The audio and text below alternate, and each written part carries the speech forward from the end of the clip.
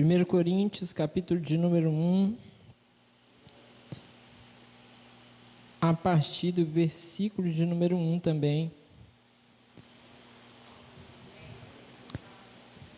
Nós vamos ler esse texto e vamos, com certeza, ser edificados aí na presença de Deus nessa noite. Você achou? Amém? Podemos ler?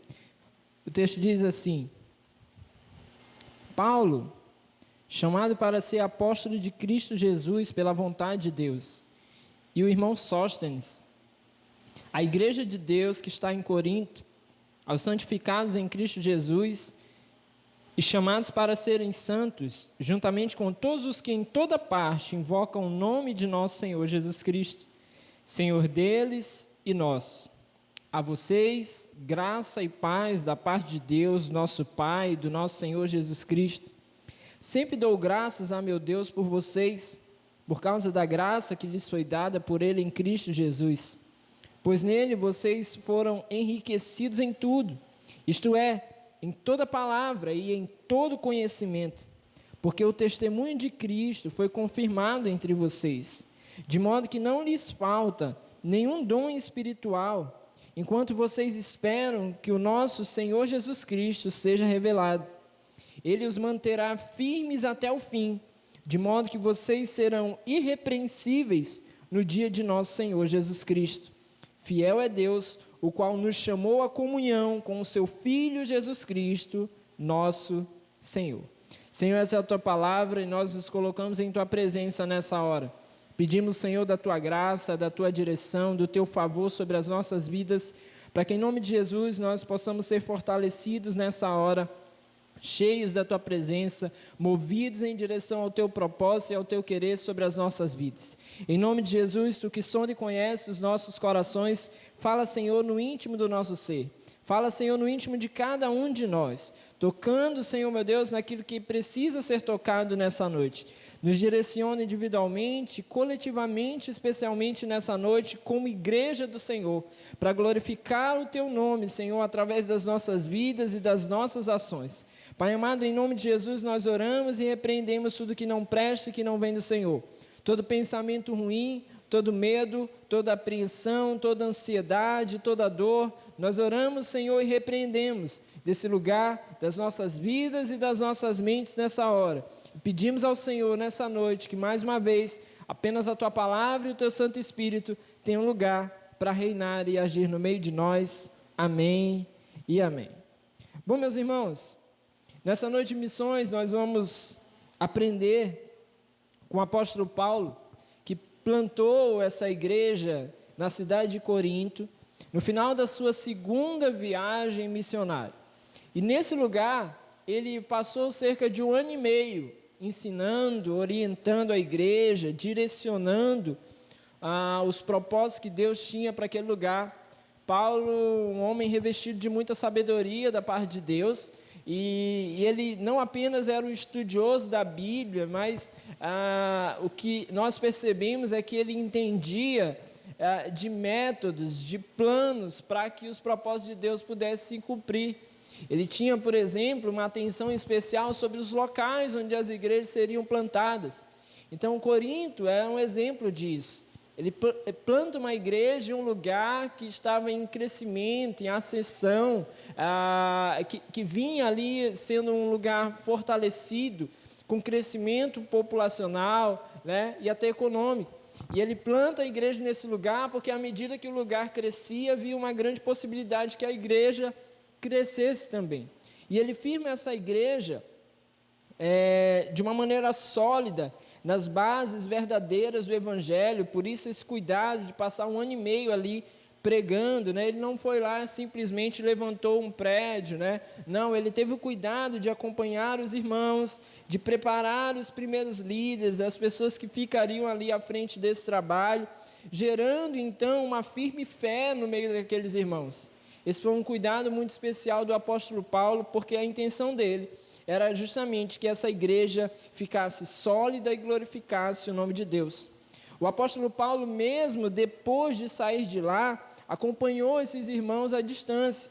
Apesar de nós termos aqui a primeira carta, né, dita primeira carta aos Coríntios, na verdade, ela não é a primeira carta, você sabia disso? Não é. Em 1 Coríntios 5:9, ele diz assim, ó, só para você pegar esse detalhe curioso. Já lhes disse por carta que vocês não devem associar-se com pessoas imorais.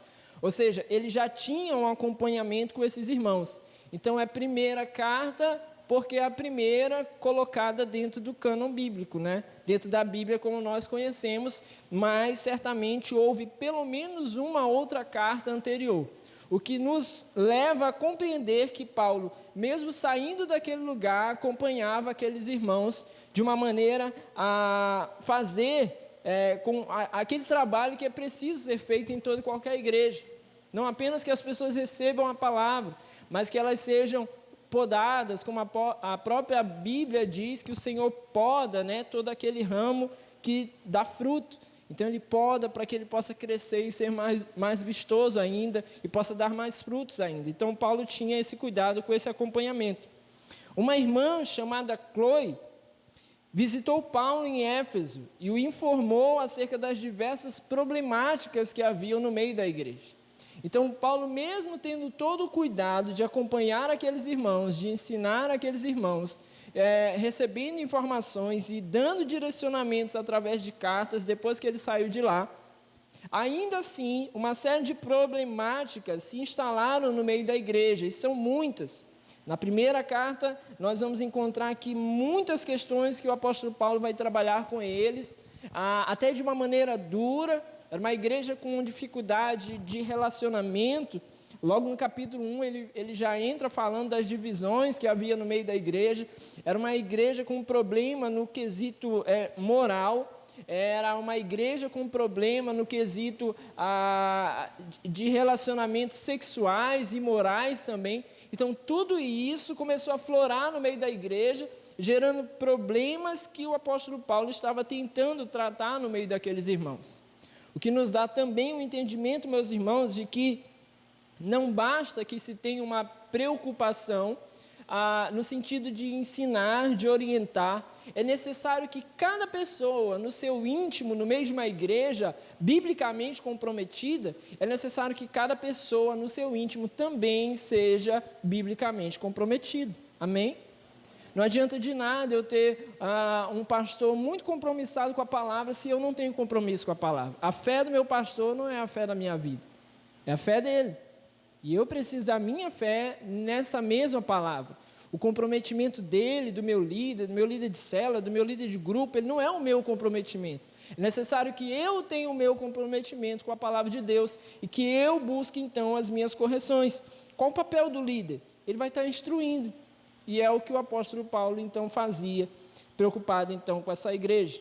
Apesar de toda essa problemática instalada, o apóstolo Paulo ele vai iniciar uma carta de um jeito muito, muito brilhante, porque ele fala a essa igreja, esse texto que nós lemos até o versículo 9, ele não começa falando da igreja como podia ser vista no seu dia a dia.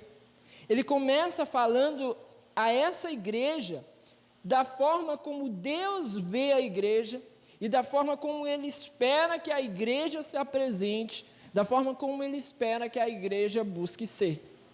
Então, outra coisa que nós precisamos entender nessa noite é, apesar das nossas falhas, Deus olha para a igreja de uma maneira muito especial. Isso não quer dizer encobrir as nossas falhas, mas Ele olha para a igreja que Ele vem buscar. Amém? Ele olha para uma igreja santa, e nós vamos falar sobre isso nessa noite. Ele olha para uma igreja irrepreensível, ele olha para uma igreja que dobrou seus corações diante dele. É para essa igreja que Deus olha, e é essa igreja que ele aponta para que nós sejamos. Caberá a nós, então, buscar compreensão acerca disso, e aplicação disso nas nossas vidas, e o apóstolo Paulo vai falar, então, acerca dessa igreja, nesse texto que nós lemos. Ele começa falando do versículo 1 até o versículo 3, eu vou reler para você, dizendo: Paulo, chamado para ser apóstolo de Cristo pela vontade de Deus, ele se apresenta, e o irmão Sóstenes, que era um dos irmãos que o acompanhava nesse tempo, a igreja de Deus que está em Corinto, aos santificados em Cristo Jesus e chamados para serem santos, juntamente com todos os que em toda parte invocam o nome de nosso Senhor Jesus Cristo, Senhor deles e nosso, e diz: a vocês graça e paz da parte de Deus, nosso Pai e do nosso Senhor Jesus Cristo. Bom, meus irmãos, algumas coisas aqui nesse texto. A igreja, ela tem um local geográfico, ela tem o seu endereço. Então Paulo diz: a igreja que está em Corinto. Mas essa mesma igreja que tem um local geográfico, a igreja tem também um local espiritual. E o local espiritual da igreja é Jesus Cristo. Toda a igreja deve estar firmada em Jesus espiritualmente, não importa o local geográfico onde ela esteja. E por que isso é muito importante? Porque às vezes a igreja acaba confundindo o seu local geográfico com o seu local espiritual. Então, uma igreja numa periferia, às vezes a ideia periférica está tão enraizada nela, que ela esquece de Cristo e ela passa a viver como sendo uma igreja medíocre. Ou uma igreja o tempo inteiro penalizada, o tempo inteiro sofredora, no sentido ruim da palavra. Ah, não, nós estamos aqui e nós já sofremos com as dificuldades, as pessoas da nossa igreja sofrem com o subemprego, tem dificuldade com o emprego, tem dificuldade com o dinheiro, e aí, sabe, aí parece que a igreja leva aquele sentimento, aquele pensamento junto com ela, de que sempre está mal, de que nunca as coisas estão bem, que as coisas nunca prosperam. Então a igreja traz para dentro dela, colocando como se o seu local espiritual fosse o seu local físico. Da mesma maneira, no outro extremo, talvez uma igreja bem localizada, num bairro, sabe, de classe mais alta, onde só circulam ali pessoas com poder aquisitivo maior, muitas vezes esquece do seu local espiritual em Cristo Jesus. Então sempre se acham bem, acham que estão sendo abençoados porque estão bem financeiramente, acham que estão sendo abençoadas porque o seu local, né, onde eles transitam ali é um bom local, eles vivem bem, vivem financeiramente bem, e às vezes eles transferem isso para o seu local espiritual, como se Cristo fosse isso, como se fossem abençoados porque tem isso. Então, independente do seu local geográfico, a igreja precisa ter um local espiritual, e esse local espiritual precisa ser o nosso Senhor Jesus Cristo, amém? Toda e qualquer igreja local precisa estar habitando, colocada sobre Jesus Cristo como nosso fundamento. Amém? Paulo então está falando a respeito de uma igreja que é um povo separado por Deus e para Deus. Ele diz: a igreja que está em Corinto, aos santificados em Cristo Jesus e chamados para serem santos. A igreja, meus irmãos, ela tem então um dono. Esse mesmo que é dono desse local espiritual, ele é o dono da igreja. A igreja de Deus, Paulo diz, a igreja de Deus que está em Corinto. A igreja de Deus que está no bairro de Fátima, amém? A igreja de Deus que está na nossa cidade, a igreja é do Senhor. A igreja não é do grande apóstolo, a igreja não é do grande líder, a igreja não é do grande pregador, a igreja não é de quem deu o dízimo mais alto, a igreja é de Deus. E ela precisa ser sempre de Deus. E todos aqueles que vacilam em mudar esse pensamento ou em ter o entendimento errado a respeito dessas coisas, acabam se dando mal. Todos aqueles que erroneamente confundem essa ideia e se acham donos da igreja em algum momento, se dão mal. Ainda, meus irmãos, que, por exemplo, uma liderança tenha sobre ele uma responsabilidade de cuidado sobre a igreja, de orientação, sabe, de direcionamento, ele não é dono da igreja. Ele não é dono da igreja. O irmão mais antigo não é dono da igreja. O dono do dízimo mais alto não é dono da igreja. O moço da rua não é dono da igreja. Estava vendo um caso absurdo que aconteceu lá em Fortaleza, acho que foi agora esse final de semana. Os irmãos fazendo um culto na porta, na rua, né? Numa casa pequena, eu acho que eles criaram o hábito de fazer o culto na rua, ou na porta, né? Botar a caixa de som na... Toma cuidado, Aldeir, bota a caixa aí. Os vizinhos lá, irritados, né? Não gostavam, apesar de, pelo que passou na reportagem, eu vi na internet, né? A igreja está fazendo um bom trabalho, num local lá periférico, ajudando muitas famílias e transformando a vida de pessoas. alguns vizinhos incomodados já estavam articulando e chegaram a de fato, atacar a igreja. No vídeo já mostra já só a pastora se trancando na casa, né, se fechando, e o pessoal partindo para cima, agredindo. Mas o relato da pastora, e no vídeo aparece um carro lá na porta, né, uma espécie de uma picape. O cara jogou o carro para cima dos irmãos da pastora. Arrancou e jogou para cima.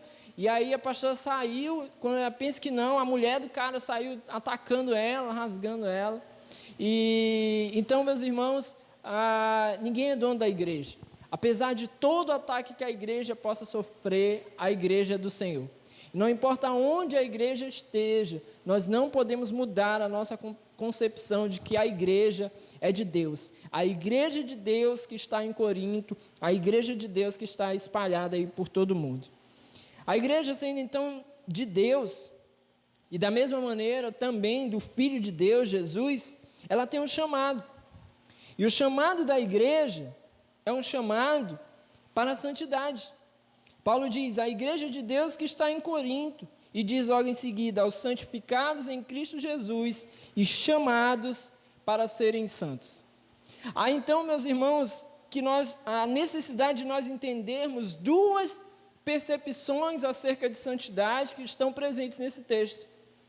Há duas formas que nós precisamos entender de santidade biblicamente.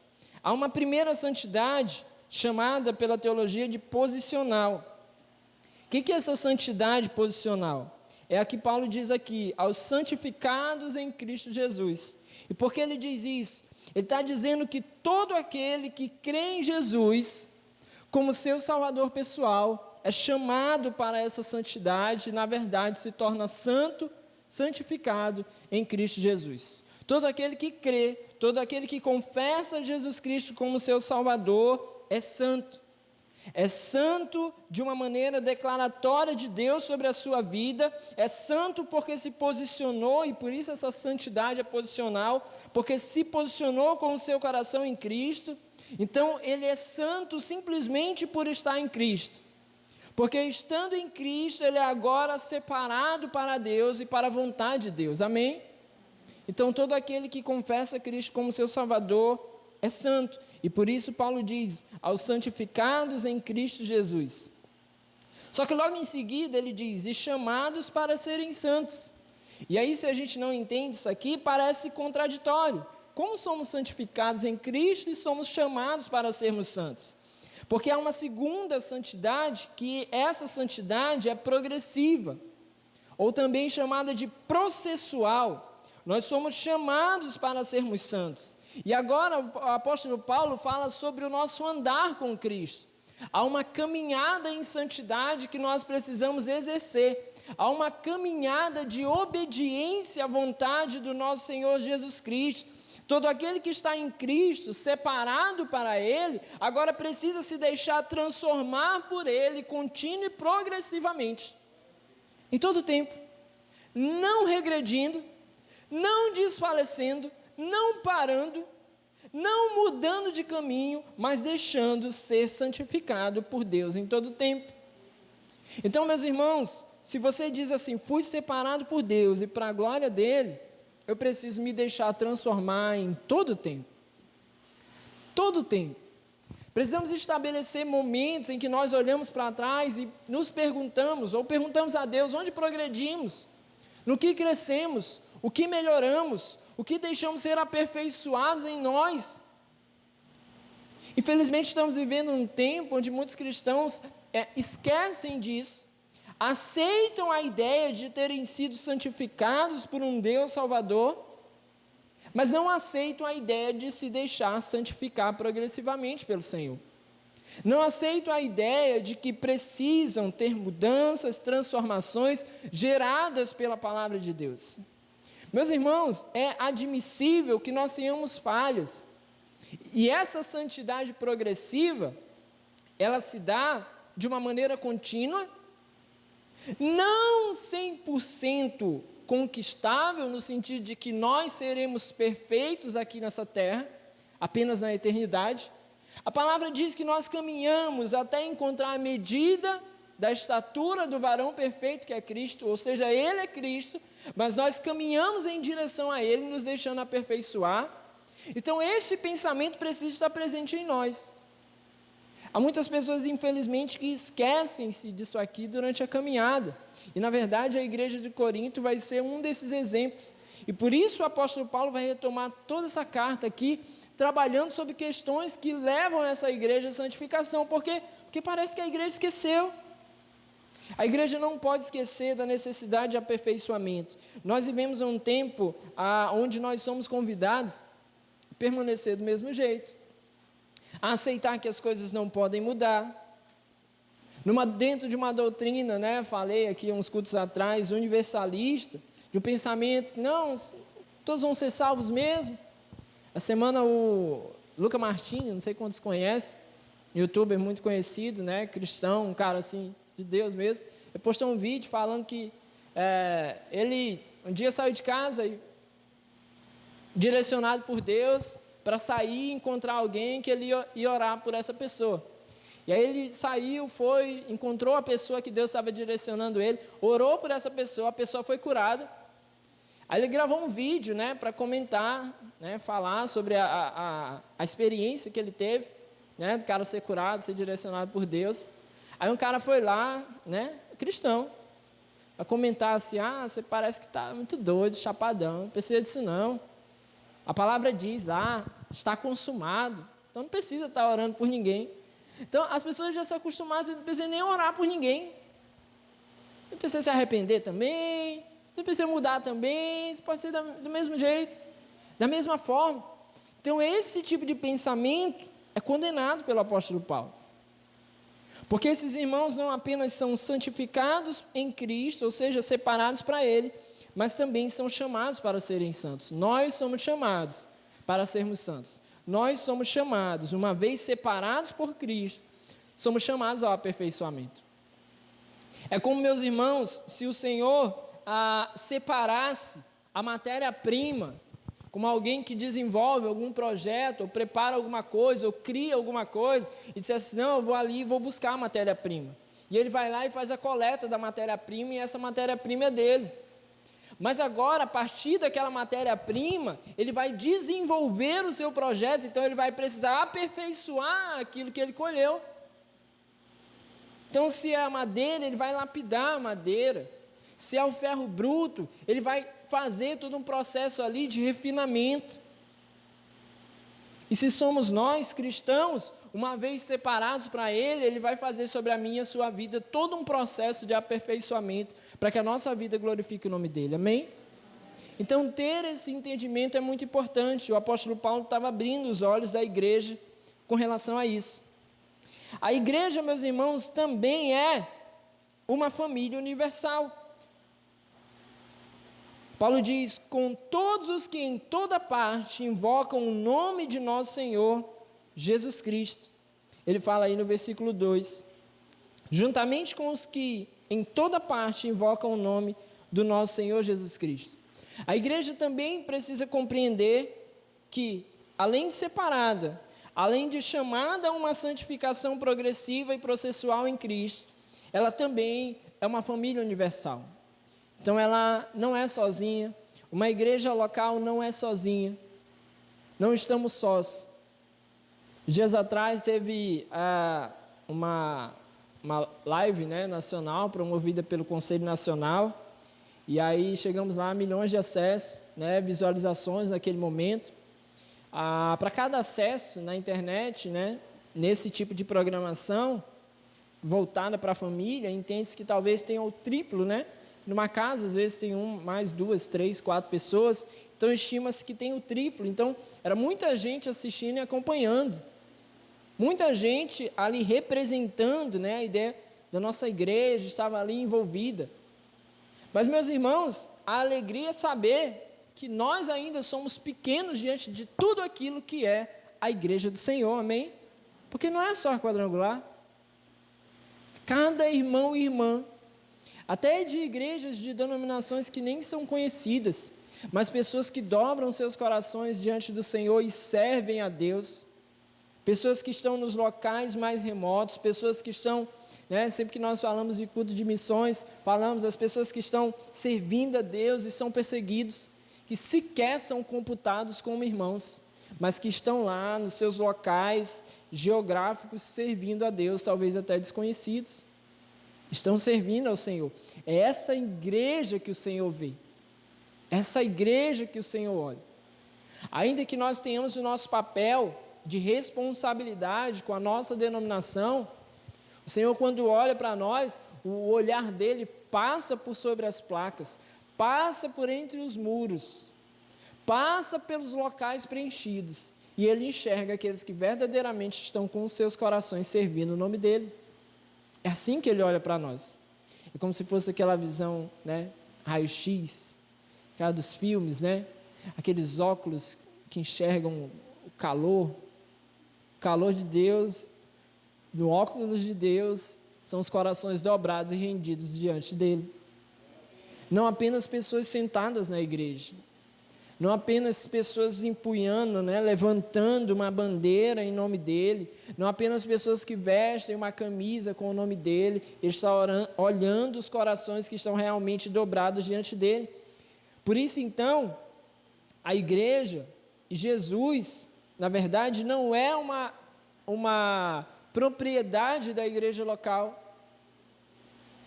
E isso é uma das questões que o apóstolo Paulo já enfatiza no primeiro momento, porque daqui a pouco, nós não vamos detalhar isso aqui hoje, mas mais à frente, ainda no capítulo 1, ele vai falar justamente que aqueles irmãos estavam ali brigando entre si, porque um dizia assim, não, mas eu sou do apóstolo Paulo, outro dizia assim, não, mas eu sou de Apolo, e ficavam nessa briga, nessa confusão, Um dizia, mas eu sou quadrangular, o outro dizia, eu sou presbiteriano, Eu vejo muito pessoal discutindo na internet, indo, levantando umas questões que são irrelevantes diante do Senhor, eu sou calvinista, outro, eu sou arminiano, eu sou não sei o quê. Meu irmão, eu quero ir para o céu. Estando lá tá bom, é isso que eu quero. Então, às vezes, nós queremos nos apropriar de Cristo. Falei outro dia aqui, se tem igreja que você muda, chega lá, não, tem que batizar de novo, porque aquela água do bairro de Fátima lá não era muito boa, tem que batizar de novo. Deus olha para a igreja universal, amém? Não só para a universal ali do Canda Fabril.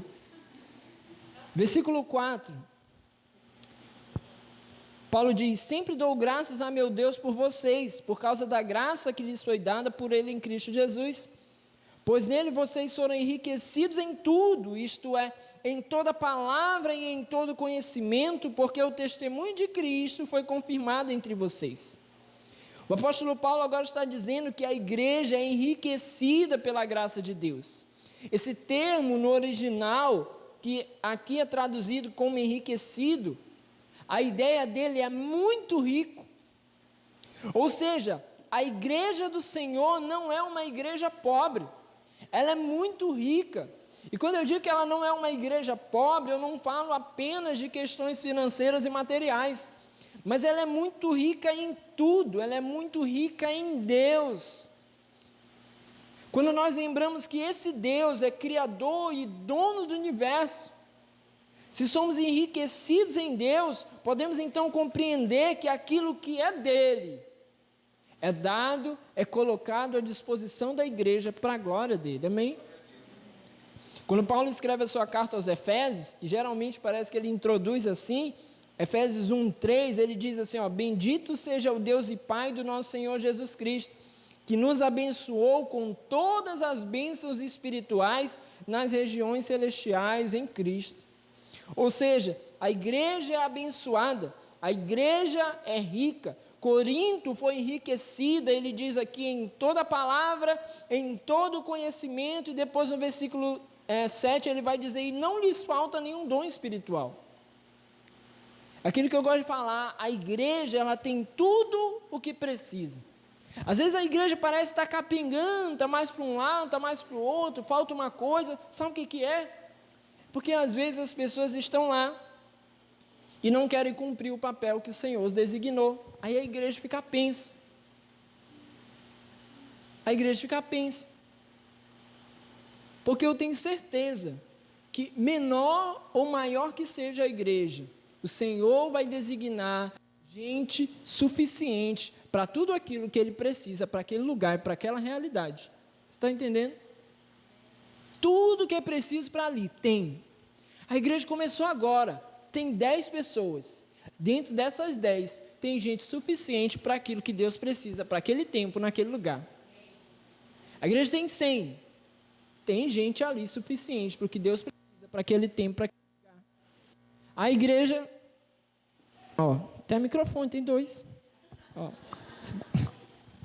A igreja tem 4.000 membros. Tem gente suficiente para fazer tudo aquilo que Deus precisa, através daquela igreja, para aquele tempo e para aquele lugar. E precisamos então crer nisso, porque a igreja é rica. A igreja tem o que ela precisa, as pessoas que ela precisa. O que nós precisamos então começar a compreender? Paulo disse aqui, dou graças ao meu Deus por vocês, por causa da graça que lhes foi dada por Ele. Quem dá a graça? É Deus. O Senhor derrama a graça, Jesus Cristo derrama a graça sobre a igreja, pois nele vocês foram enriquecidos em tudo. O que é essa igreja? É a igreja problemática que Paulo vai falar daqui a pouco. É a igreja com problema, com um monte de dificuldade. E Paulo começa dizendo, mas vocês têm tudo que precisam. São enriquecidos em tudo. Ele diz, em toda palavra e todo conhecimento. E depois vai dizer, todos os dons que precisam. Então, o que precisa para essa igreja, Paulo diz, tem. Por que está dando errado? Por que estão com problema? Por que estão com conflitos? É por isso que a gente precisa começar a repensar. Porque às vezes queremos colocar para Deus a bomba. Deus, não, está faltando. Não está faltando para Deus. Deus que enriquece a igreja, amém? No versículo 7, ele vai dizer, concluindo essa lógica aqui, de modo que não lhes falta nenhum dom espiritual, enquanto vocês esperam que o nosso Senhor Jesus Cristo seja revelado. E aí Paulo vai dizer que essa igreja também, além de conhecimento, além da palavra, ela tem dons espirituais. Até quando? Ele diz, até que, ou enquanto vocês esperam que o nosso Senhor Jesus Cristo seja revelado. A igreja tem tudo que precisa, no tempo que ela precisa. E o tempo é agora. Por que nós temos a Bíblia? Porque ainda não estamos vivendo a plenitude, que é a presença de Deus. Você entende isso? Quando o homem criado lá no jardim, eles não precisavam da Bíblia, porque eles tinham a presença todos os dias. A plenitude da presença estava ali. Todos os dias eram visitados pelo próprio Deus. Estamos boicotando hoje aqui. Todos os dias eram visitados pelo próprio Senhor. Tendo a plenitude, que é aquilo que nós almejamos, que um dia voltaremos e estaremos lá com Ele na eternidade, não precisaremos mais desse conhecimento, porque o conhecimento estará ao nosso redor de uma maneira plena. Não precisaremos mais dos dons, porque não precisaremos mais convencer ninguém a respeito daquilo que estará nos preenchendo ali o tempo inteiro, amém? Não precisaremos mais. Então Paulo diz, no tempo que é preciso, ou seja, enquanto vocês esperam o Senhor Jesus Cristo ser revelado, vocês têm tudo que vocês precisam. Então a igreja tem tudo o que precisa, no tempo que precisa. Enquanto for necessário que o Evangelho seja pregado, nós teremos dons, nós teremos a palavra, nós teremos conhecimento. Quando nosso Senhor Jesus voltar e levar a sua igreja, essa igreja que Ele vê, não precisaremos mais, viveremos a plenitude. E por isso Jesus disse, eu vim para que tenham vida e a tenham em abundância. Nós cremos nisso, você crê nisso? E aí, para dar um desfecho nisso tudo que nós falamos, entendendo agora que Paulo está dizendo a essa igreja, olha, vocês são motivados a serem santos por essa expectativa na volta de Jesus, essa expectativa em Jesus Cristo retornando, que move a igreja, que faz com que a igreja queira ser santa, queira ser separada e santificada progressivamente na sua vida. Essa expectativa que vai mover a igreja. A gente se pergunta, e por que Corinto enfrentava tantos problemas? Por que havia toda essa problemática colocada no meio da igreja?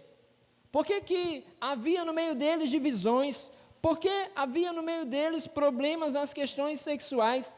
Por que havia imoralidade? Por que havia muitas vezes falta de sabedoria? Por que tudo isso acontecia no meio daquela igreja?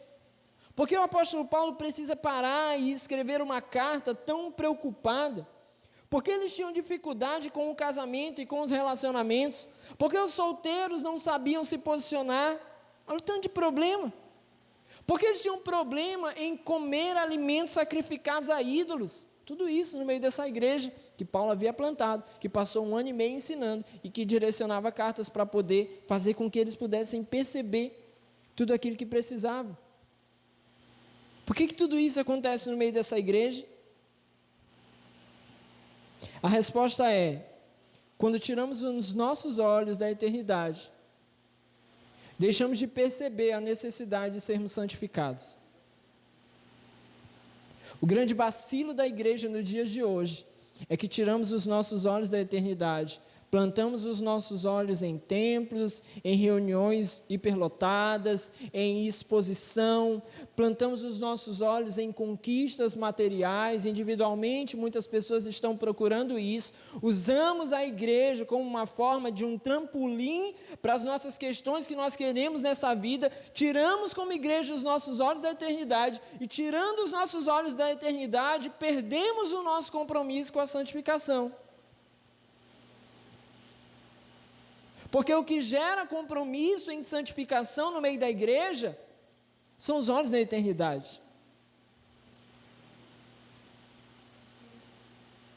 Meus irmãos, o que uma pessoa sem compromisso com a santificação vai querer no céu? O que uma pessoa que não tem interesse em santidade quer no céu?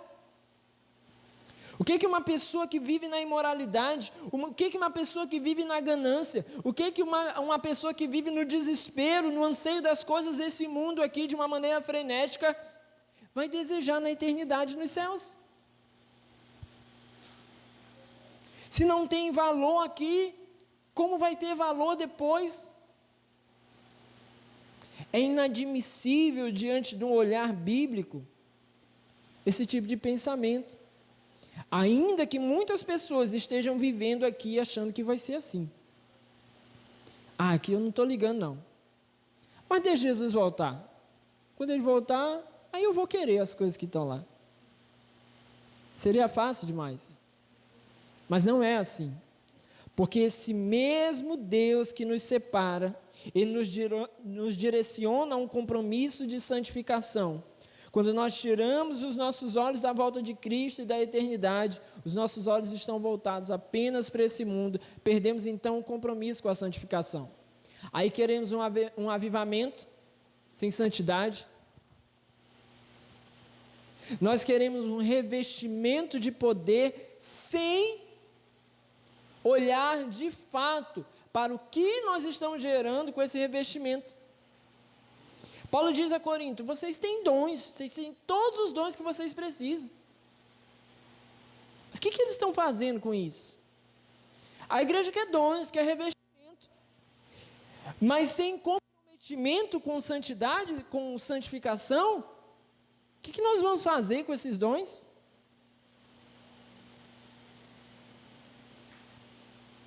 Fala em línguas no culto, e depois vai para a pornografia no computador, no celular? Prega com autoridade, poder, depois trai a esposa?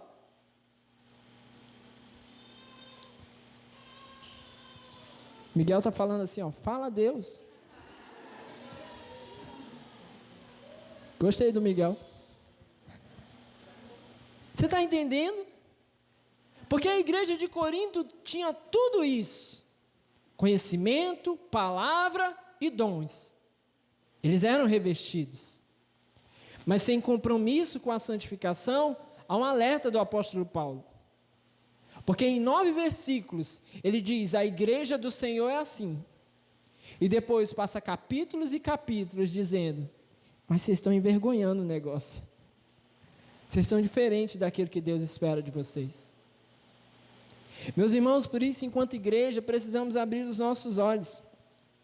Porque quando lá em Marcos 16:15, Jesus orienta para que nós possamos ir por todo mundo, pregando o evangelho a todas as pessoas, nós precisamos saber que não vamos pregar o evangelho a todas as pessoas de qualquer jeito.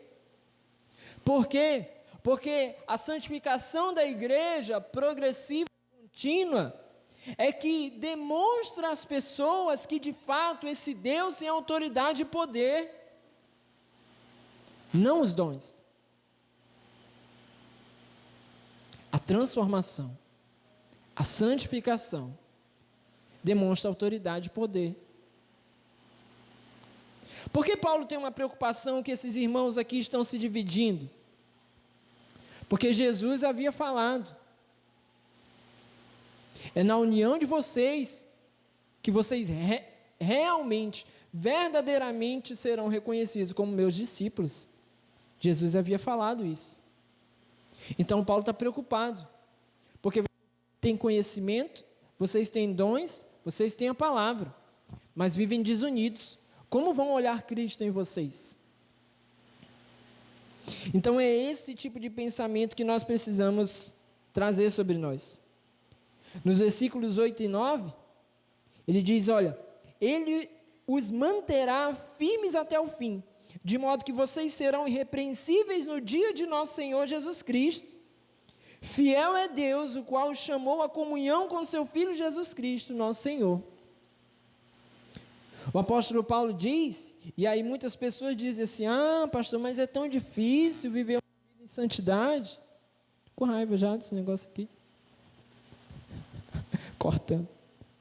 Oi. Algumas pessoas dizem assim, pastor, mas é tão difícil viver uma vida de santidade.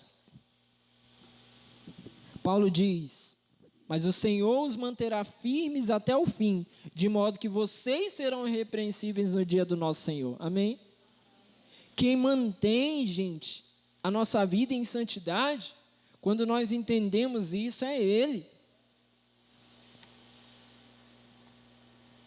Porque a gente diz, é difícil.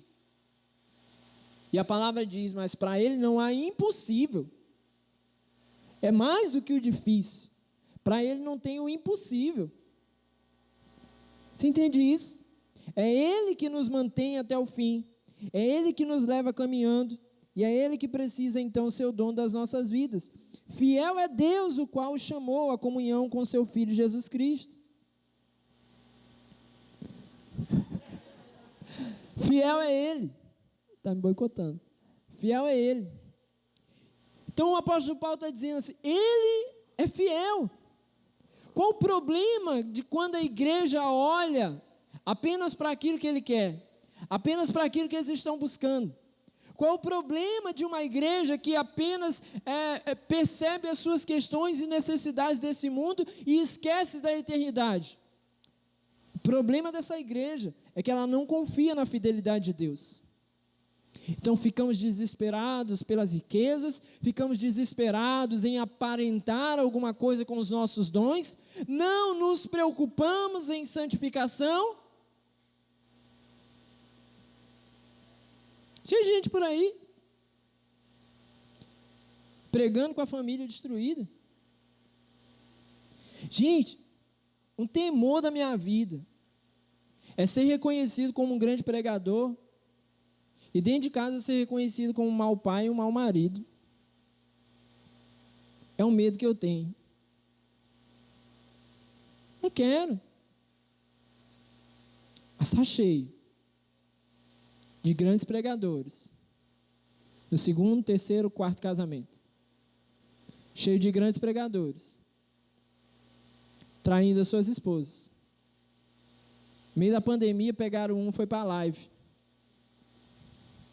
e depois foi para o Lebaron. Não foi para o Lebaron porque não foi aqui, mas lá na cidade dele, com a mocinha do louvor. Deus quer santidade. Sabe por quê? Porque a santidade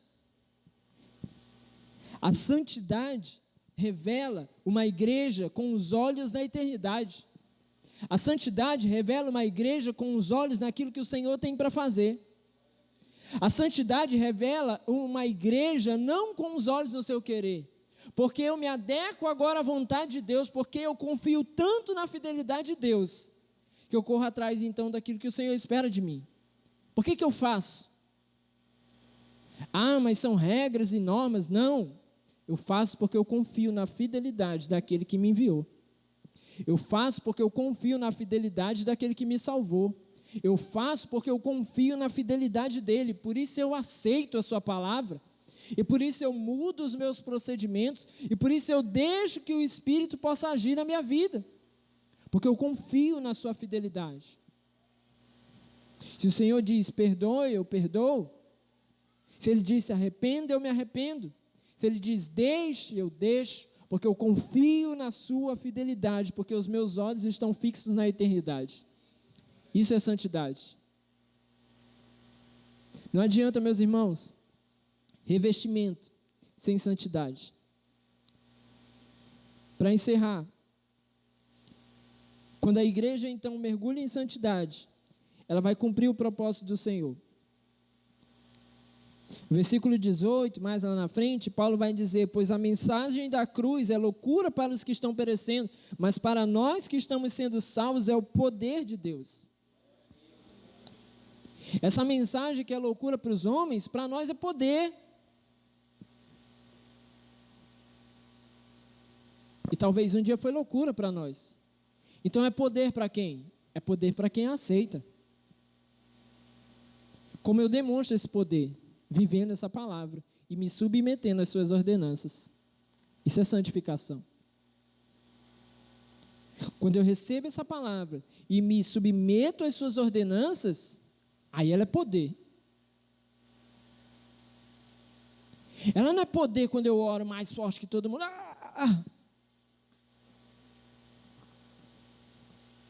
Ela não é poder por isso.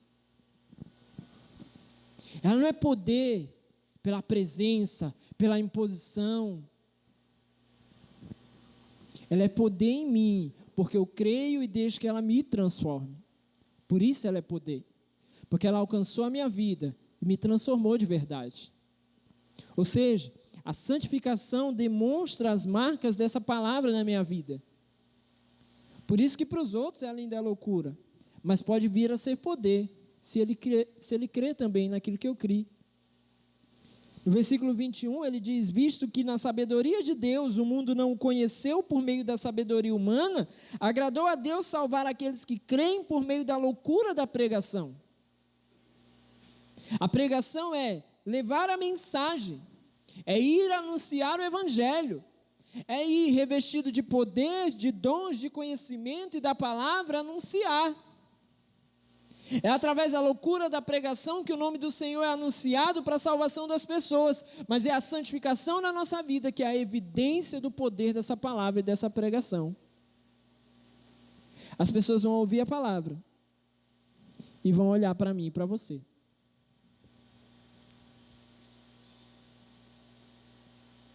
As pessoas vão ouvir a palavra e vão olhar para mim e para você. Eu tenho medo de passar na rua, shopping, essas coisas. Às vezes alguém olha para a gente, né?